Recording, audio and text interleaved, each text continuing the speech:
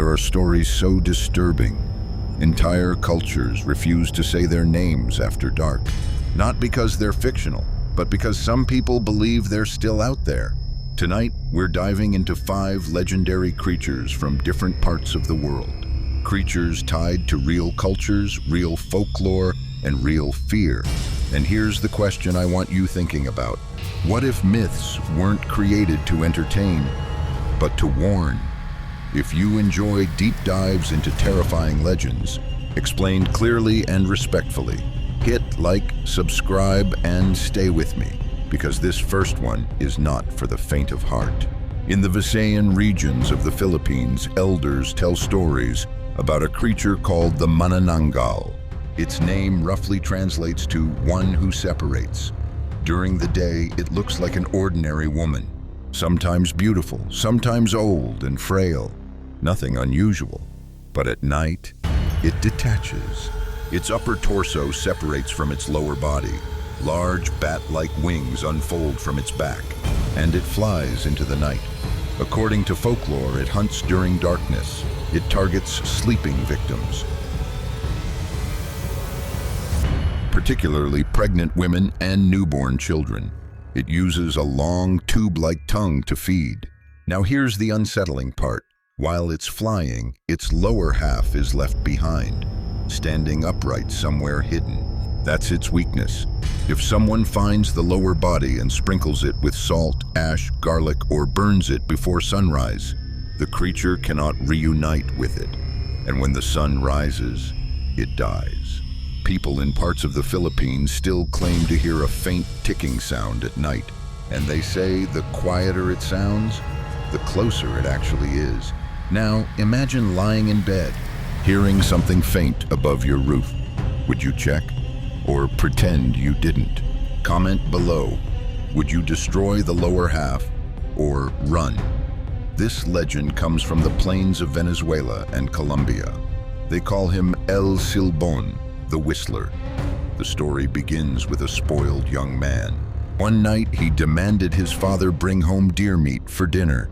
When his father returned empty-handed, the boy killed him. Some versions say he dismembered him. Others say he fed the remains to his mother. But every version ends the same way. The family cursed him. They tied him to a post, whipped him, released starving dogs to chase him, and forced him to carry a sack filled with his father's bones. Now he wanders forever, tall, skeletal, 6 feet or more, carrying a sack of bones over his shoulder. And he whistles. Here's the rule. If the whistle sounds close, you're safe. If it sounds far away, he's right behind you. Some say he stops outside houses at night. He drops the sack and counts the bones.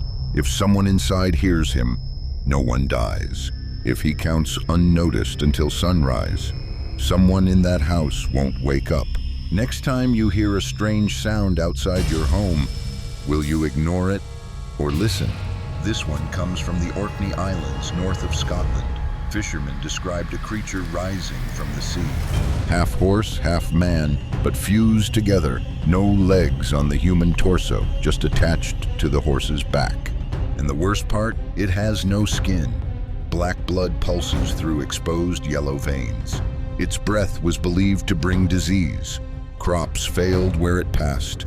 Livestock died. In the 1700s, when locals began burning seaweed for industry, thick smoke filled the air.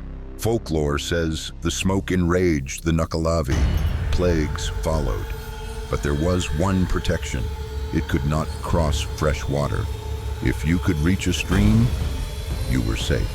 Unless you were standing on a dry coastline with nowhere to run, long before modern Mexico existed.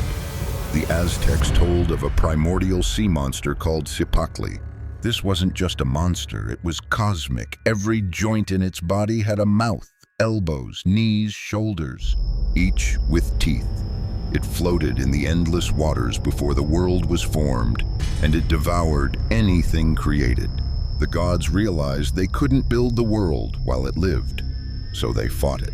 It took multiple gods to defeat it. One even lost a foot in the process.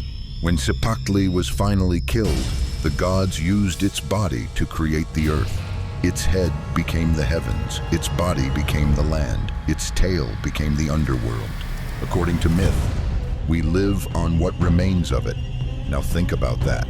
What if the ground beneath you was once something alive? This one must be handled carefully. The skinwalker comes from Navajo culture. It refers to a witch, someone who uses dark magic. According to tradition, a skinwalker is a person who has committed an unspeakable act, often killing a close family member to gain supernatural power. They can shapeshift into animals, coyotes, wolves, bears. But here's the disturbing detail. In human form, they may wear animal skins. In animal form, their eyes look human. They walk among people during the day, and at night, they hunt. Unlike the internet versions you see in memes, this belief is deeply serious within Navajo culture. It's not entertainment, it's taboo, and many refuse to even discuss it. So if you ever see something in the desert that moves wrong or looks almost like an animal, but not quite, maybe don't follow it. So here's the real question. Which one disturbed you the most? The ticking in the ceiling, the whistle in the trees, the skinless rider from the sea, the monster beneath the earth, or the shapeshifter walking among us? Comment below. I read more than you think. If you want more deep dives into global myths explained clearly and terrifyingly, like the video, subscribe, because next time we're going darker, and somewhere between myth and memory, something is still listening. Until next time, stay aware.